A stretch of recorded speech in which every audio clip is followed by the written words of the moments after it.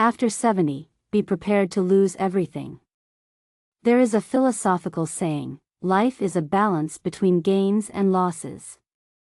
Indeed, when we gain something, we often lose something else. Or perhaps we spend the first half of life striving to gain, only to slowly lose what we've accumulated in the second half. We arrive in this world with nothing, and we will leave it empty-handed. This is the fate that no one can escape. After 70, it's important to prepare yourself to lose everything at any time and not be overly attached to what you have. 1. Be ready to lose your spouse and learn to walk alone.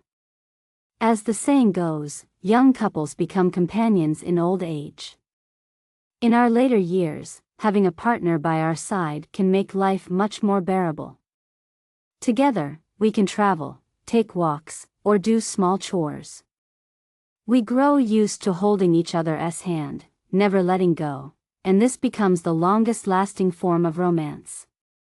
Some people also come to realize that a house full of children is no match for a spouse along the way.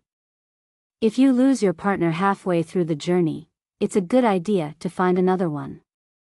After all, once children have their own families and lives, they move on, and having someone by your side can be a great comfort.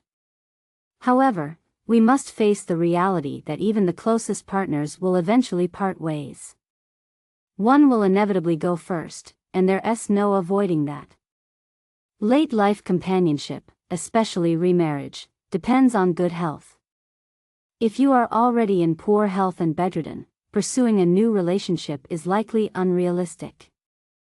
In 100 Years of Solitude, Gabriel Garcia Marquez wrote, "The secret of a good old age is none other than an honorable pact with solitude." Being mentally prepared to walk alone ensures that, even when your spouse is gone, you can remain peaceful and composed, without falling into deep despair. By living well on your own, you bring comfort to the memory of your lost partner. 2. Be ready to lose your health and accept life and death. Health is the foundation of life. This is an undeniable truth. However, health is not permanent and will inevitably deteriorate. Many people remain active in their 60s dancing, playing sports, running, but find that by their 70s, things start to change. It's as though they've hit a wall. The aging of the body is irreversible, and trying too hard to maintain youthfulness can backfire. So how do we prepare for the days when our health fails? The key is psychological readiness. While the body may weaken, the spirit must remain strong. Imagine a household with an elderly person who is constantly ill, always angry, and has a terrible temper. Life in that household would be difficult. But if the elderly person is ill yet still smiles and understands their children's challenges, they are naturally more welcome. Confucius, in his later years, suffered from a serious illness, but he did not fall into despair. When his student Zigong visited him, Confucius sang a song. Has Mount Tai crumbled? Have the pillars broken? Has the wise man withered? He calmly shared a dream he had had, showing remarkable composure. Similarly, before Zhuangzi passed away, he instructed for his burial, saying, "I will use the heavens and earth as my coffin, the sun and moon as my jade ornaments, the stars as my pearls, and all things as my burial gifts." Aren't these funeral arrangements sufficient? He showed no fear, no grief. This calmness and detachment are the virtues an elder leaves behind for their children. By approaching the end of life with a peaceful attitude, we do not waste our remaining time, and our descendants can also live with peace of mind. 3. Be ready for unfilial children and self-reliance in old age. Many elderly people live recklessly while they are still mobile, traveling, indulging in food and drink, and making friends with no thought for the future. When they can no longer move or have exhausted their finances, they turn to their children for support. Unsurprisingly, such elderly people are often resented by their children. Some elders have been idle since their 50s, relying entirely on their children without considering their own retirement plans, placing a heavy burden on their families. Other elderly people, despite having pensions and wealth, act unfairly within the family, causing ongoing conflicts among their children, who then avoid the responsibility of taking care of them. In some cases, even if the parents are good people, the children may still move far away, unable to care for their aging parents. In fact, there are many situations where elderly people do not receive the filial care they expect.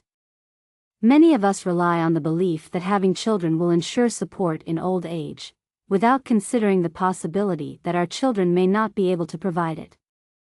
This leads to a huge gap between expectation and reality, resulting in emotional and financial struggles later in life.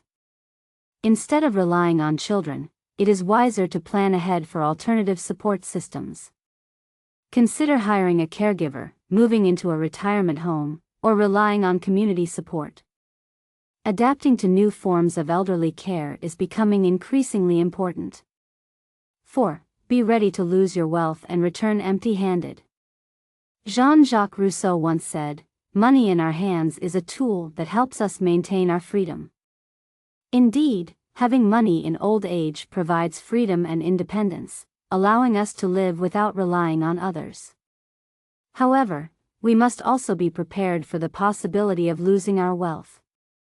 You may become ill or mentally confused, unable to remember account passwords, or even manage a simple walk to the bank.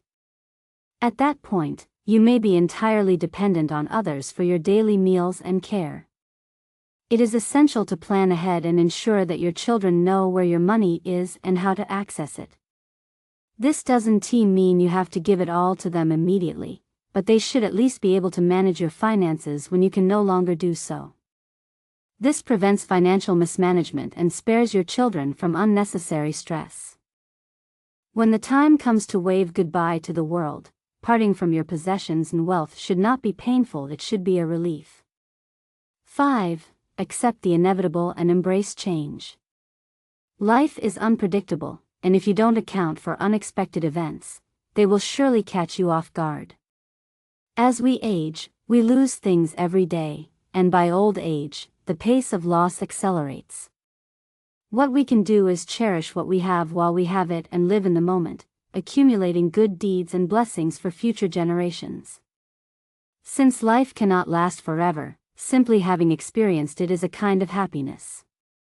Follow the flow of time, change with it, and let what comes, come, let what goes, go fearless and unafraid.